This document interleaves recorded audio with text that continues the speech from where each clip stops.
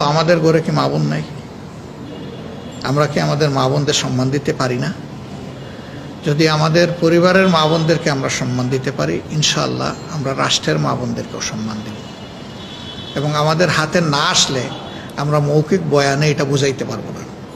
আল্লাহ যদি দিন এই জাতির খেদমতের জন্য আমাদেরকে কবুল করেন, তাহলে ইনশাআল্লাহ এদেশের নারী সমাজ সেদিন গর্ববোধ করবে এবং সেদিন তারা সম্মানের সাথে সমাজের সকল ক্ষেত্রে অবদান রাখবে ইনশাআল্লাহ।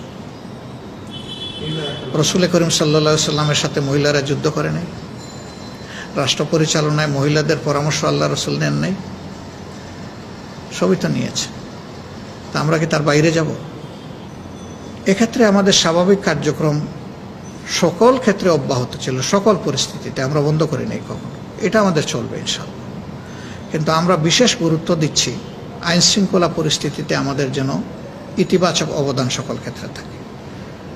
কেউ যদি সুবিধাবাদী দুষ্কৃতিকারী সমাজে কোনো বিপর্যয় সৃষ্টি করতে চায়, জামাত ইসলামের কর্মীরা জনগণকে সাথে নিয়ে যেন তাদেরকে রুখে দেয়।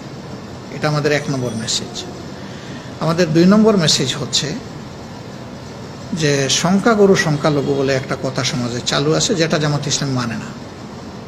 আমাদের পরিষ্কার বক্তব্য যে এই দেশের জমিনের বুকে যারাই জন্মগ্রহণ করেছেন তারা সকলেই বাংলাদেশের গর্বিত নাগরিক। অধিকারের ক্ষেত্রে সকলেই সমান। ধর্মেও যার যার পছন্দ মতো মানুষ গ্রহণ করবে এবং অনুসরণ করবে। এখানে কারো উপর কারো কোনো জবরদস্তি চলার কোনো সুযোগ নেই।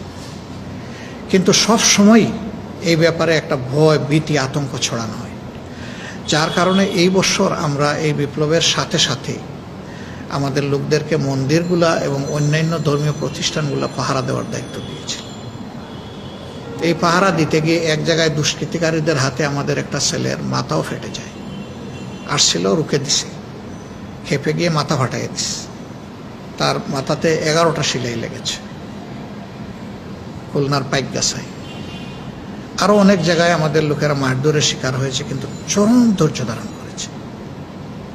আমরা সেই পরিবেশটা বহাল রাখার জন্য, দায়িত্বটা বহাল রাখার জন্য আমরা মেসেজ দিয়েছি যে আগে আমাদের দেশটা স্থিতিশীল হোক, তারপরে যার যার রাজনীতি নিয়ে সবাই জনগণের কাছে যাবে।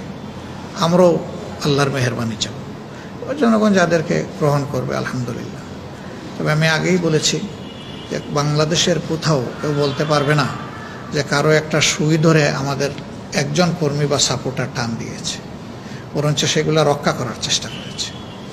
যদিও কেউ কেউ ধৈর্য হারিয়ে অনেক উল্টাপাল্টা কাজ করে ফেলেছেন, আমরা এগুলাকে ঘৃণা করি, আমরা সাপোর্ট করি না। ক্ষেত্র বিশেষে আমরা দৃষ্টি আকর্ষণ করেছি যে শহীদদের রক্তের সাথে বেইমানি হবে এখন এগুলো করলে।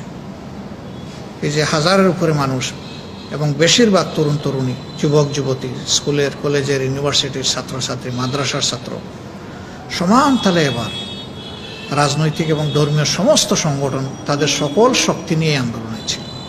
এদের সবার শহীদদের আত্মার সাথে বেইমানি হবে এখন যদি কেউ এই ধরনের নোংরা কাজ করে। দলীয় স্বার্থেও কোনো কাজ করে এখন ঠিক হবে না, এবং ব্যক্তির নোংরামিও এখানে চরিতার্থ করতে দেওয়া যাবে না। এই দুইটাই আমরা মনে করি এই সময় এখন আসেনি। আর নোংরামি, ওই লুটপাট, জমি দখল, চাঁদাবাজি, এগুলা তো সবসময় আমরা ঘৃণা করেছি, এখন আমরা ঘৃণা করি। এগুলোর সাথে আমাদের কোনো সম্পর্ক নেই। আলহামদুলিল্লাহ এই ব্যাপারে আমরা পরিচ্ছন্ন। আল্লাহ আমাদেরকে সাহায্য করেছেন, আমরা পরিচ্ছন্ন থাকতে পেরেছি। তো এই মেসেজই আমাদের জনশক্তির প্রতি আছে।